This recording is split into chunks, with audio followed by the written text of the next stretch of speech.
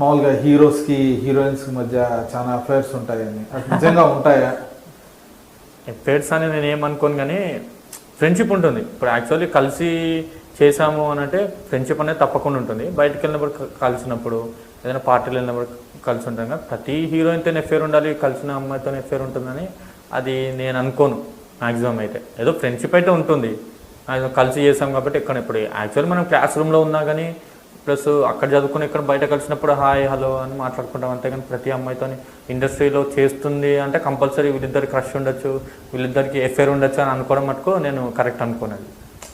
తెలుసు కాబట్టి ఏదో కలిసి పార్టీ తెలుసు కాబట్టి వెళ్తాము మామూలుగా. ఎప్పుడు ఇంకా అప్పుడప్పుడు కలిసినప్పుడు హాయ్ బాయ్ చెప్పుకుంటాం. ఇప్పుడు మా వర్క్లో మేము బిజీగా ఉంటాం. ఇప్పుడు నెక్స్ట్ మూవీ ఉంది, దాన్ని ఎలా చేయాలన్న కాన్సెప్ట్తో థాట్లోనే ఉంటాం. వాళ్ళు కూడా నెక్స్ట్ ఆ మూవీ వెళ్తే ఆ మైండే ఉంటుంది వాళ్ళకి. యాక్చువల్లీ ఇప్పుడు మనము 10th నుంచి ఇంటర్కి వెళ్ళినాక ఇంటర్ ఫ్రెండ్స్ ఎలా చేంజ్ అవుతారో, డిగ్రీ ఫ్రెండ్స్ ఎలా చేంజ్ అవుతారో, ఒక మూవీ ఈ మూవీ చేసిన తర్వాత నెక్స్ట్ మూవీకి వెళ్ళినాక వాళ్ళ మైండ్ మారిపోతుంది. ఇక కలిసినప్పుడు జనరల్గా హాయ్ అంటే హాయ్ అదే అని చెప్పు. జనరల్గా ఇప్పుడు మళ్ళీ సుచిలీక్స్ తర్వాత కూడా మళ్ళీ డిస్కస్ చేస్తుంది కాస్టింగ్ కౌచ్ గురించి. నిజంగా కాస్టింగ్ కౌచ్ అన్నది ఇండస్ట్రీలో ఉందా టాలీవుడ్లో? అది మనము కరెక్ట్గా చెప్పలేము ఉందనేసి.